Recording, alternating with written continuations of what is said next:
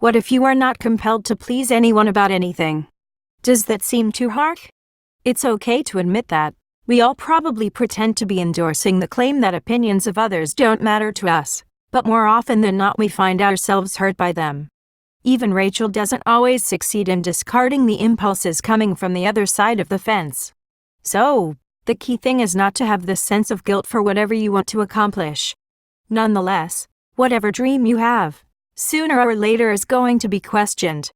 Your only responsibility is to make sure that the environment and people around you will not shatter it. Rachel points out that a large percentage of women lack self-appreciation and the wits needed to hold on to their vision of themselves. They occasionally talk themselves out of their own dreams, while clinging to some shallow excuse. Excuse number 1: that's not what other women do. Any dream starts with a simple question and soon enters into the planning stage, where it often fades away. There are a lot of what-ifs, which if properly understood could signify the beginning of a new era. Let's take a hypothetical overview on this matter. Can you imagine what could happen if only 5% of all women embraced the what-if mentality? This outlook on life is composed of self-respect, dignity, and willingness to push the boundaries. Do you have any idea on how cheerful and self-fulfilled these women would be?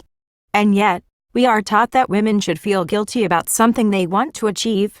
Don't blame society just yet, because Rachel identifies a culprit from within, and that's what you should do as well. By the same token, there are some people who love to procrastinate and others who can be labeled as overachievers. In which category do you fall into?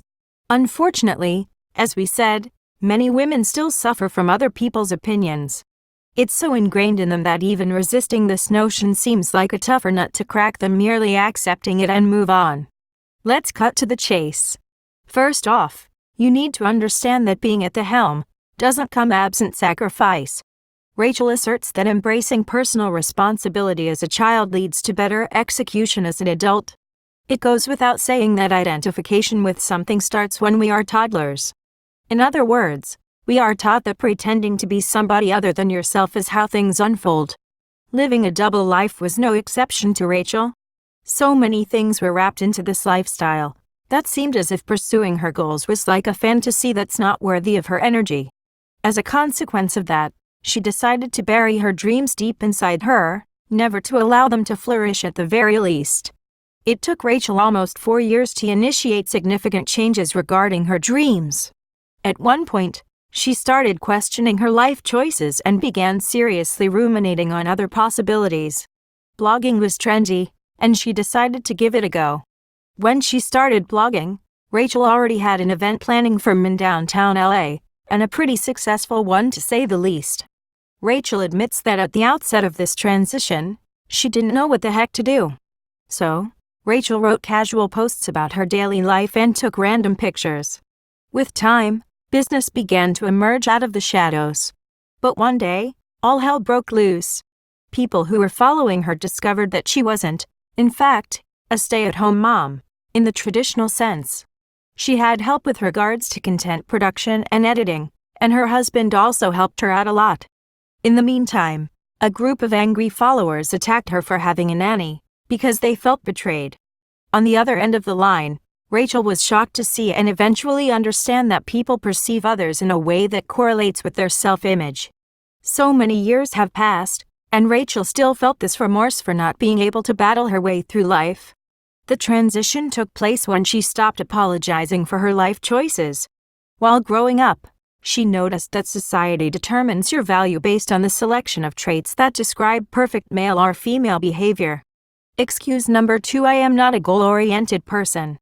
I am not a gold digger, some gal. You better read that twice, so that you digest it a bit better. If you think about it, a dream is nothing but a goal that still hasn't reached the implementation phase. Unlike dreams, goals tend to be more specific, or you might say that the ideas are coming your way. Without action, or steps leading to the achievement of those goals, encouragement and positivity are utterly worthless. It may sound like a cliché, but if you have low self-esteem and if you don't trust in your ability to make changes, then you really won't be able to handle the heat. Excuse number 3: I don't have time. This false argument is something that most people can relate to. Well, here's the cure to this issue: You don't need to find time to make things work. You'd have to take the time yourself that will bring those goals within reach. Excuse number 4: I am not enough to succeed. Even the smartest people at some point in their lives had this feeling of worthlessness. Rachel calls out the voice in our heads that can also be labeled as the blabbermouth who finds joy in pointing out all the flaws that manifest your triviality. Fight it, and don't allow it to make you feel like crap. Excuse number 5: I can't pursue my dream and still be a good mom, daughter, employee. This is a very common fear.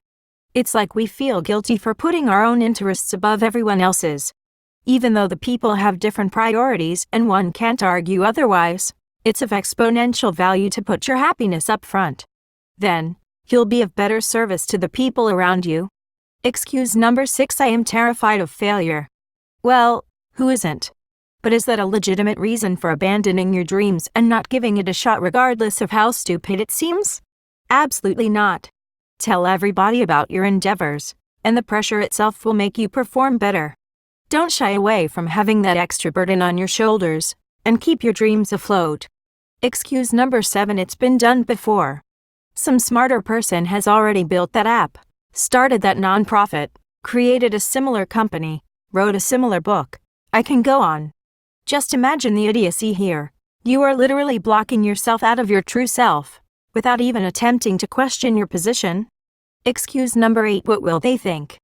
In all honesty, their opinion is their business, not yours. With that said, why we get hurt all the time by shallow and often mean comments? You want to know the dirty secret? It's not the fear of failure that keeps you down, but what others will think of you once you fail. Excuse number 9: good girls don't hustle. You know better than anybody else what you are. Rachel doesn't disparage women with a more traditional sense who prefer the quiet life.